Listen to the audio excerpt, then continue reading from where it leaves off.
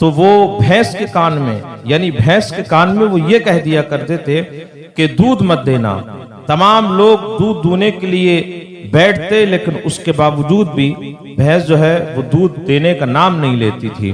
तमामी भाइयों को अस्सलाम वालेकुम। हम इस वक्त जो है निकल रहे हैं तिगड़ी की सरजमीन पर, जो एक अल्लाह के वली हैं जिनका नाम अली अहमद दादा मियां हुजूर है। हम जो है उनकी दरगाह पे आज पहुंचेंगे और पहुंचने के बाद अगर कोई वहां मिलता है तो उससे मालूम करेंगे कि अली अहमद दादा मियां हुजूर की करामत क्या है, और फिर जो है हम जो है दरगाह पर पहुंचने के बाद क्या करना चाहिए, क्या तरीका है, वो बताएंगे। जैसा कि हमने पहले कहा था कि हम जो है तिगड़ी के मज़ार शरीफ पर पहुंच रहे हैं।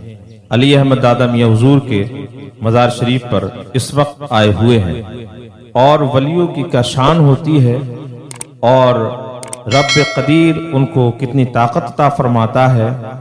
आइए देखते हैं। इस वक्त मज़ार शरीफ पर हम मौजूद हैं, थोड़ा करीब आइए, और यहाँ एक बुजुर्ग बैठे हुए हैं। आइए इन बुजुर्ग से भी इंशाअल्लाह बात करते हैं और अली अहमद दादा मियां हुजूर की करामत के बारे में मालूम करते हैं। जैसा कि हमने सुना था, अली अहमद दादा मियां हुजूर जो तिगड़ी की सरजमीन पर हैं, माशाअल्लाह हमने लोगों की ज़बानी सुना था कि वो जब किसी के यहाँ दूध लेने के लिए जाते थे और अगर कोई उन्हें दूध नहीं देता था तो वो भैंस के कान में, यानी भैंस के कान में वो ये कह दिया करते थे कि दूध मत देना। तमाम लोग दूध दूने के लिए बैठते, लेकिन उसके बावजूद भी भैंस जो है वो दूध देने का नाम नहीं लेती थी। लिहाजा आइए इसी के ताल्लुक से हम एक बुजुर्ग बैठे हुए हैं, उनसे मालूम करते हैं। आइए, माशाअल्लाह ये अहमद शाह भाई हैं, और हम इनसे पूछते हैं कि जो हमने लोगों की ज़बानी सुना है, यहाँ पे हम हाजिर हैं, इनके बारे में जो हमने लोगों से सुना है, लोगों की ज़बानी सुना है कि जब कोई दूध नहीं देता था तो ये भैंस के कान में कह दिया करते थे कि दूध मत देना। तो हम इनसे मालूम करते हैं कि ये बात सच है, ये हक है, इनकी करामत और भी इसके अलावा क्या क्या करामतें हैं।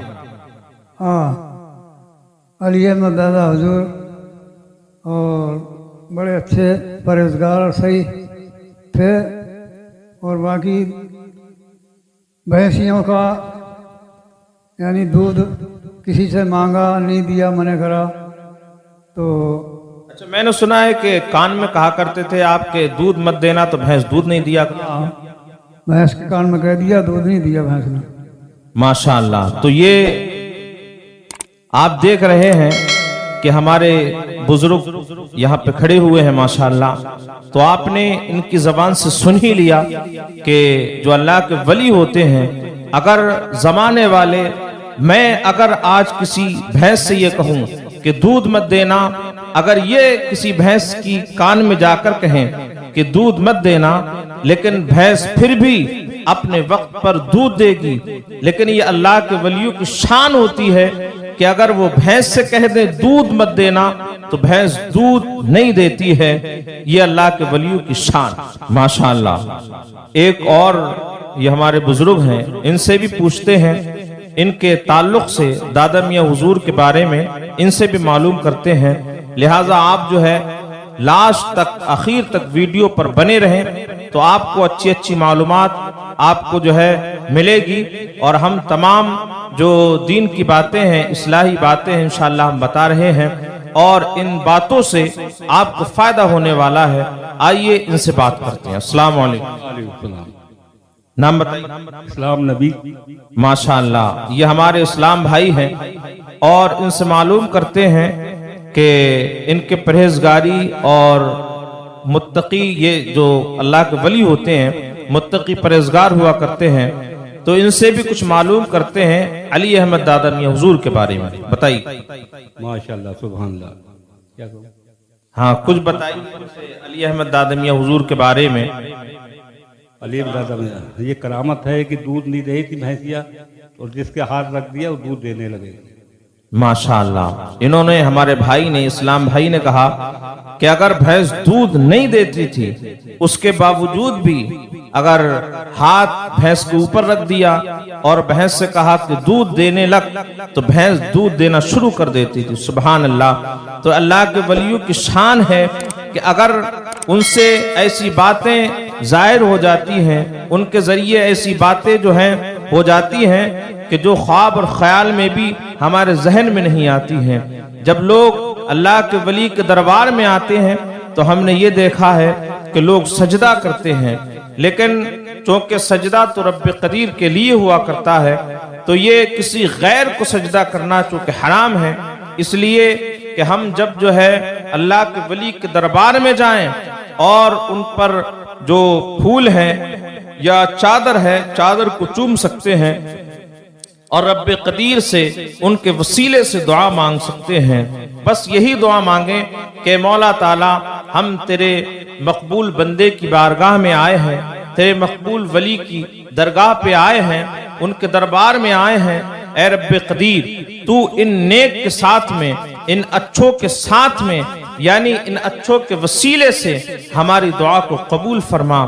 तो अल्लाह तबारक व तआला ऐसे वलियों के जरिए, ऐसे वलियों के वसीले से अल्लाह तबारक व तआला हमारी दुआ को कबूल फरमाता है और रद्द नहीं फरमाता।